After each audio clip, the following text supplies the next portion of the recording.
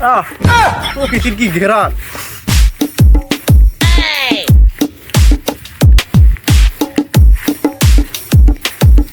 ওখানে কে বসে আছে?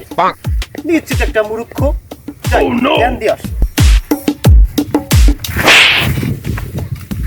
যাই হোক, কোনো ব্যাপার না।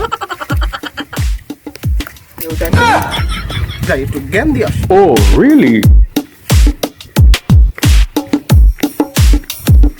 তুমি কি করছো বাচ্চা?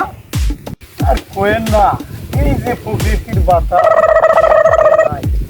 এই নদীর জোয়ার দেখতেছি। এটা তো জোয়ার না বাচ্চা, কিন্তু মূর্খ।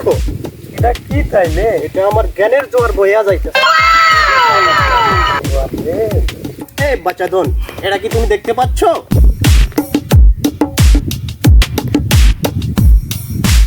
হ্যাঁ দেখতে পাচ্ছি, দড়ি যাচ্ছে।